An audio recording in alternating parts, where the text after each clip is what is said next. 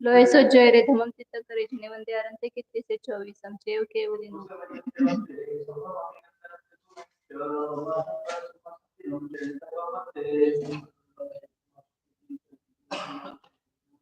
तुमचे जिनवरेंत आरमचे मल्लिंचे सो इंचण मी वंदा मेरटणीम तपास वर्धमानं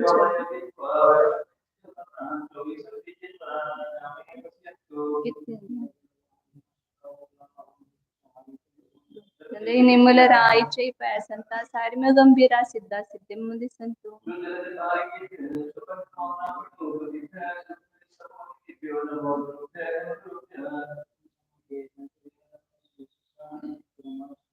गुरुबत्ती संचमे नयतरंती संसार सायरम घोरम चिन्नंती अटकम मम जमन मरणम न पावेंती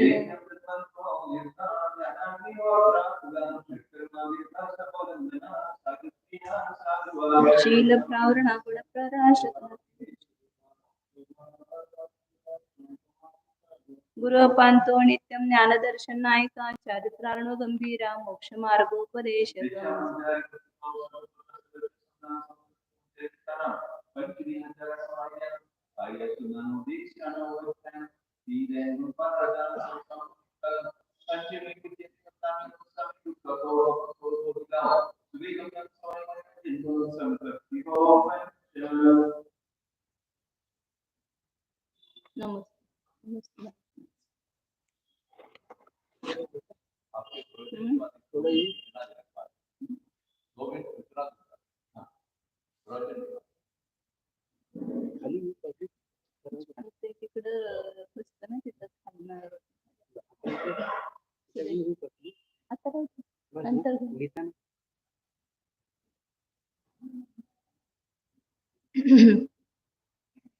चालू कर एस सुरासुर मणुसिंद वंदिदं तोदघायिकं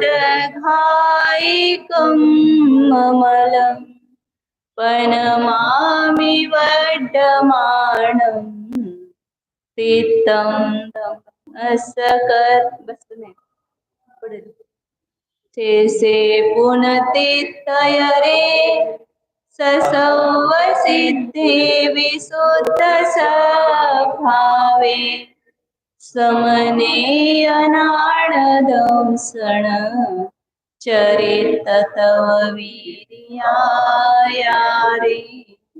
ते सौवे समगं पत्तेगमेव पत्तेगम् वंदामि वर्तन्ते अर्हन्ते मानुषे खेते किच्चा अर्हन्ताणं सिद्धाणं तगमो गणराणम्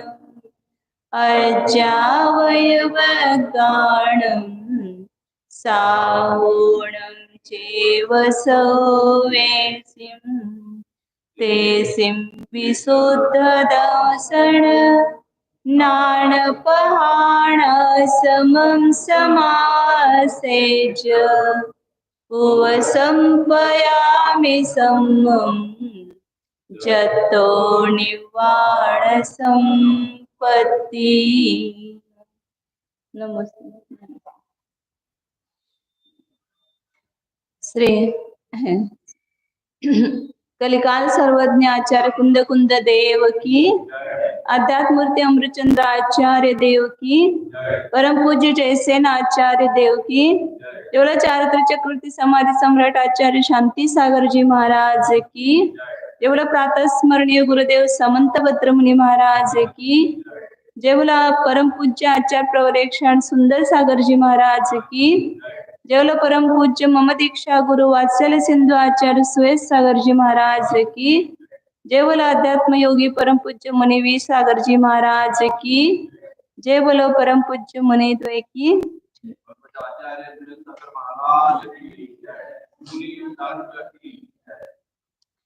श्री कुंद कुंद आचार्य विरचित प्रवचन सार परमागम है। इसमें 87 नंबर की गाथा चल रही है, 87।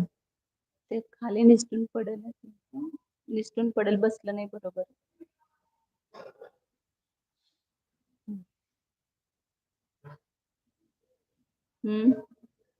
वही बोले.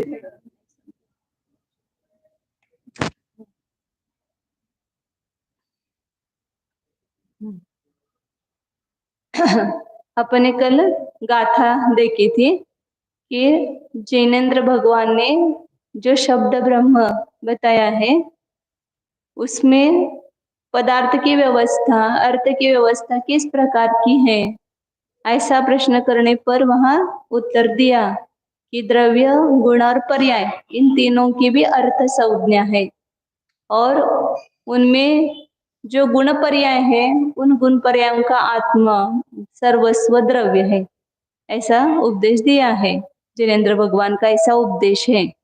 इसका खुलासा टीका में आचार्य करते हैं, वहीं से पढ़ करके अपन उसका खुलासा देखते हैं। जैसे अमृतचंद्राचार्य की टीका गाता बोले एक बार. दौवाणी गुणाते सिम पज्जाया अट्ठ सन्नया वणिया ते सुगुण पज्जयाणम अपादवत्ति उवदेसो. टीका पढ़ते हैं. गुनाह चाहिए वहां पर, एक वचन हो गया है. गुनाह च, पर्यायाः च.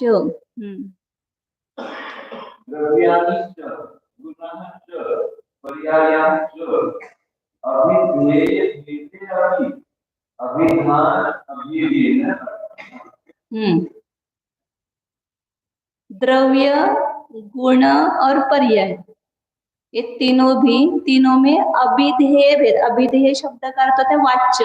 शब्द के द्वारा जो वस्तु बताई जाती है उसको कहते हैं वाच्य. जैसे ज्ञान और ज्ञेय अपन कहते हैं ना, ज्ञान के द्वारा जिस पदार्थ को हम जानते हैं उसको ज्ञेय कहते हैं, मतलब जानने योग्य, ऐसे कहने योग्य, उसको कहते हैं अभिधेय. तो द्रव्य, गुण और पर्याय तीनों भी कैसे है, ये तीन वाच्य, मतलब तीनों शब्द के अर्थ अलग अलग है, लेकिन इन तीनों के लिए एक ही शब्द का प्रयोग किया गया है.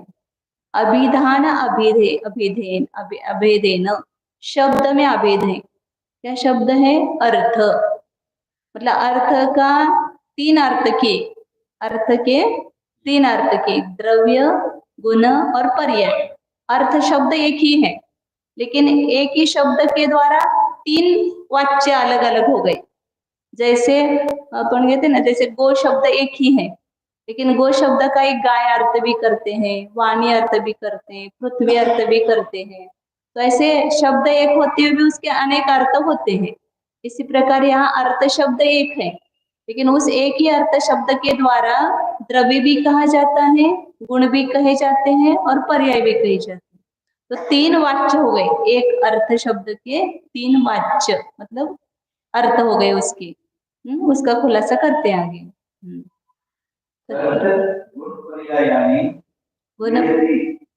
गुण पर्यायान यरति.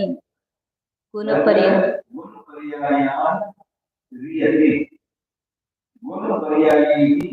पर्यायन्ते.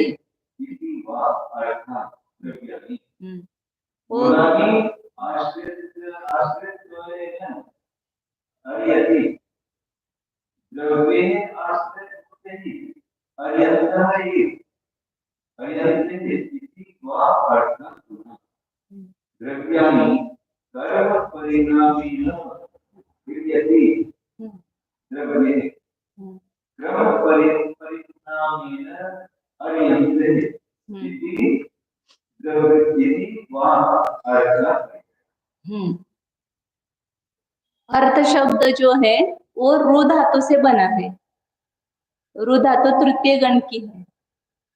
उसके रूप अपन थोड़ा मैं लिखती हूँ बोर्ड पर तो जल्दी समझ में आएगा.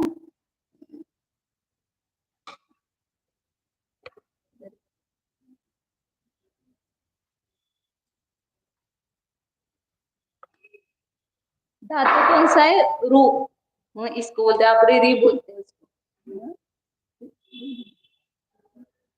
हाँ हाँ, री धातु।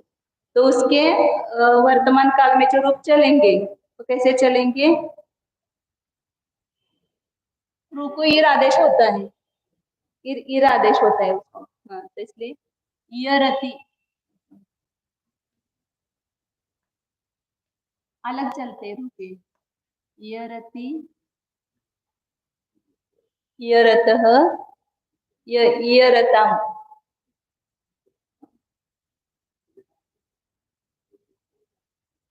यरतः चाहिए, बताऊं यहाँ गलत हो गया।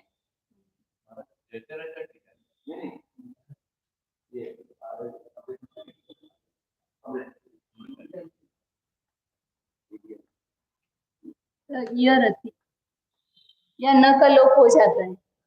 हाँ, न नहीं रहता तो ऐसा वो अपने को लगता है कि एक वचन ही है, लेकिन ये बहुवचन है। ये तृतीय गण में सब जगह न का लोप होता है, तो यरति ऐसा रूप चलता है। मतलब ये एक वचन है, ये द्विवचन है अन्य पुरुष का, और ये बहुवचन है। ये कर्तरी में चलेंगे रूप, कर्तृवाच्य में। यरति, यर्तः, यर्ति। तो आ गया यर्षि, यर्थ, यर्थ, यर्मि, यर्वः, यर्मः, ऐसा चलता है। अपने को वो प्रथम द्वितीय पुरुष और प्रथम पुरुष की जरूरत नहीं है, ये केवल तृतीय पुरुष का, हाँ, अन्य पुरुष का रूप। और इसका कर्म, कर्मवाच्य में क्या होता है? कर्मणि, हमारे कर्मणि बोलते हैं उसको, या आप कर्मवाच्य बोलते हैं। तो यहाँ पर रू का अर्थ होता है और यह लग करके उसके रूप चलते हैं। अर्यते, अर्यते, अर्यन्ते।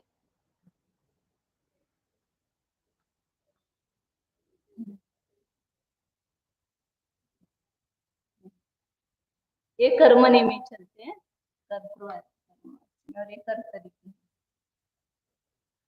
मतलब प्राप्त, वह प्राप्त होता है, वे दोनों प्राप्त होते हैं, वे प्राप्त होते हैं। और यहाँ पर वो प्राप्त किया जाता है। एक वो है, दो प्राप्त किए जाते हैं और प्राप्त किए जाते हैं, ऐसे बहुवचन हो गया। तो उसके ऊपर ही ये सब अभी है। पहला कौन सा है? द्रव्य की व्याख्या करेंगे। द्रव्य का अर्थ, अर्थ करके अर्थ करते हैं। थोड़ा सा बस जास्त नाही. हाँ. तो पहले क्या उत्पत्ति की देखो, तत्र गुण पर्यायान इयरति, गुण पर्यायों को ये आया इयरति, प्राप्त होते हैं, बहुवचन है ना, द्रव्य बहुवचन किया है, अर्था भी बहुवचन है, इसलिए बहुवचन लिया है। गुण और पर्यायों को जो प्राप्त करता है, और गुण पर्यायों के द्वारा नहीं, इयरति प्राप्त करते हैं, द्रव्य है ना बहुत सारे, गुण पर्यायों को प्राप्त होते हैं और गुण पर्यायों के द्वारा प्राप्त किए जाते हैं, एक कर्मणि हो गया। एक कर्तृ साधन और एक कर्म, कर्म साधन, करण साधन। उसको अर्थाः द्रव्यानि, मतलब अर्थ मतलब द्रव्य कहते हैं। ऐसा थोड़ा कठिन लगता है लेकिन बहुत सरल अर्थ है, इसको अपन सरल करेंगे एकदम। और दूसरा गुण का अर्थ किया, द्रव्यानि आश्रयत्वेन इयरति, द्रव्य को आश्रय रूप से जो प्राप्त करते हैं, बहुत सारे इसलिए बहुवचन लिया है सब जगह। और द्रव्य ही आश्रयभूत ही अर्यन्ते, जो आश्रयभूत द्रव्यों के द्वारा प्राप्त किए जाते हैं, इति वा अर्थः गुणः, वो अर्थ मतलब गुण है। और तीसरा द्रव्यानि क्रम परिणामेन इयरति, पर्याय अर्थ करना है अर्थ का, जो क्रम परिणाम से द्रव्यों को प्राप्त करती है या प्राप्त होती है, और क्रम परिणाम से द्रव्यों के द्वारा प्राप्त की जाती है, वह पर्याय। ऐसे तीन अर्थ किए है, इसका अपन खुलासा करते पहले। इति अर्थः पर्याय।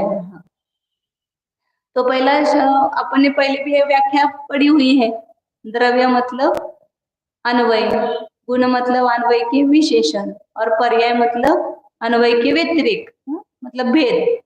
उसी को अभी यहाँ दूसरी भाषा में कह रहे हैं। अर्थ शब्द के अनुसार यहाँ पर अर्थ कर रहे हैं, मतलब द्रव्य को अर्थ यह संज्ञा दी। एक अर्थ शब्द के 3 अर्थ किए, द्रव्य, गुण और पर्याय।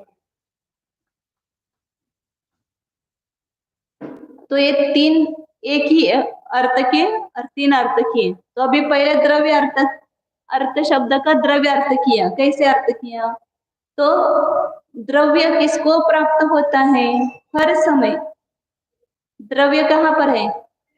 कहाँ है द्रव्य? सभी में द्रव्य पाया जाता है ना।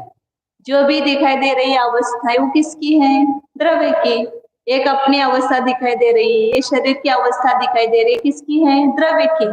ये चौक है, ये किसकी है अवस्था है? द्रव्य की। जो भी अपने को दिखाई दे रहा है, सब अवस्थाएं दिखाई दे रही है, वो किसकी है? द्रव्य की है। मतलब मूल मटेरियल कौन है वहां पर? द्रव्य। द्रव्य ही परिणमन करता है। द्रव्य हर समय परिणमन करता है। तो उसको दृष्टांत देंगे तो समझ में आएगा। तो द्रव्य क्या करता है? हर समय गुण पर्यायों को प्राप्त होता है। द्रव्य को कुछ काम है कि नहीं है? क्या खाली बैठा हुआ है? द्रव्य हर समय काम है। क्या काम है? अपने अपने गुण पर्यायों को प्राप्त होना, ये उसका काम चल रहा है। द्रव्य में जो भी गुण होंगे उस गुण रूप रहना, उस गुणों को प्राप्त होना और पर्याय रूप से परिणमन करना, पर्याय रूप से होना, ये द्रव्य का काम है। एक क्षण भी ऐसा नहीं है कि द्रव्य खाली बैठा हो। खाली बैठा हो तो द्रव्य का ही नाश हो जाएगा। हर समय, जैसे उदाहरण अभी आगे सोने का लिया है। सोना है, सुवर्ण, वो सुवर्ण ये द्रव्य हो गया। उसके गुण कौन से? पीलापना, पीला है सोना, और उसमें चिकनाहट है, स्निग्धता, उसमें भारीपना है, तो भारीपना ये पुद्गल के गुण है ना, मतलब पुद्गल के गुणों की पर्याय है, लेकिन यहाँ पर उसको गुण रूप से कहा है। तो सोना प्रत्येक समय में क्या हो रहा है? पीला पीला पीला हो रहा है कि नहीं हो रहा है? पीलेपने को प्राप्त हो रहा है कि नहीं हो रहा है? आप बोलेंगे कि एक बार वो पीला है तो पीला ही है, लेकिन उसको पीला रूप रहने के लिए रहना पड़ेगा कि नहीं रहना पड़ेगा? तो अपने अपने गुण को हर समय प्राप्त हो रहा है। कौन? द्रव्य। तो सोना हर समय पीला, स्निग्धता और उसके जो भारीपना, उन गुण रूप से रहता है। और सोने की हर समय वो अपने अपने पर्याय रूप से परिणमन कर रहा है। जैसे आपने सोने की अंगूठी बनाई है, तो हर समय वो सोना अंगूठी अंगूठी अंगूठी रूप से परिणमन कर रहा है कि नहीं कर रहा है? अंगूठी को तोड़ करके आपने कुंडल बनाए, तो सोना अंगूठी को छोड़ करके कुंडल रूप से परिणमन करता है। फिर कुंडल को आपने तोड़ करके और साकल बनाई, तो साकल रूप से परिणमन करता है। तो जो भी पर्याय होगी उस पर्याय रूप से वह द्रव्य परिणमन करता है। तो द्रव्य के लिए काम है, दिन रात, एक समय भी खाली नहीं है। तो गुण पर्यायों को प्राप्त होते हैं कौन? द्रव्य। और गुण पर्यायों के द्वारा प्राप्त किए जाते हैं। मतलब स्निग्धता, पीलापना आदि जो गुण है, उनके द्वारा क्या प्राप्त किया जा रहा है? सोना ही प्राप्त किया जा रहा है। अपना जीव द्रव्य है। जीव द्रव्य हर समय ज्ञान, दर्शन, सुख, वीर्य आदि गुण रूप से रहता है। अब नहीं रहे तो गुण नष्ट हो जाएंगे ना। यदि जीव द्रव्य अपने गुण रूप से नहीं रहे, गुण को प्राप्त न हो, तो द्रव्य गुणों से रहित हो जाएगा, खाली हो जाएगा। सोना यदि पीला नहीं रहेगा तो सोना पीला रंग उसका नष्ट हो जाएगा। तो ये हर समय हो रहा है उसमें। और उन गुण पर्यायों के द्वारा क्या प्राप्त किया जा रहा है? ज्ञान, दर्शन, ये सब उन गुणों के द्वारा किसकी प्राप्ति हो रही है? जीव द्रव्य की प्राप्ति हो रही है। या पर्याय के द्वारा भी क्या प्राप्त किया जा रहा है? द्रव्य को ही प्राप्त किया जा रहा है। जो आपके कुंडल बनाए, उस कुंडल के द्वारा क्या प्राप्त हुआ? हमें सोना ही प्राप्त हुआ ना। क्या अलग कुछ प्राप्त हुआ? नहीं प्राप्त हुआ। तो गुण पर्यायों को द्रव्य गुण पर्यायों को प्राप्त होते हैं और गुण पर्यायों के द्वारा प्राप्त किए जाते हैं। इतनी वस्तु की स्वतंत्रता है। यहाँ पर ये सब ऐसा कठिन लगता है, लेकिन इसमें बहुत मर्म भरा हुआ है कि हमारी सब मान्यता द्रव्य गुण पर्याय के बारे में कितनी गलत रूप से है। हमें क्या लगता है अब शरीर में जो जो हो रहा है वो किस में हो रहा है, किसमें हो रहा है ऐसा लगता है। काला हो गया शरीर, मैं काला हो गया, तो इस गुण रूप से मैं परिणमन करता हूँ क्या? अपने अपने गुण रूप से मैं परिणमन करता हूँ। तो शरीर का काला वर्ण हो गया तो मुझे नहीं प्राप्त हुआ वो, या उसके द्वारा मैं प्राप्त नहीं किया गया, तो कौन प्राप्त किया गया? ये पुद्गल परमाणु। ये पुद्गल परमाणु इस कालेपने को प्राप्त हो रहे हैं, ये पुद्गल परमाणु वृक्षपने को प्राप्त हो रहे हैं, ये पुद्गल परमाणु जो भी इसकी अवस्था है उस रूप से परिणमन कर रहे हैं। मैं थोड़े इस रूप से परिणमन कर रहा हूँ, मैं थोड़े इस रूप से रह रहा हूँ। और उन गुण पर्यायों के द्वारा कौन प्राप्त किया जा रहा है? पुद्गल ही प्राप्त किया जा रहा है।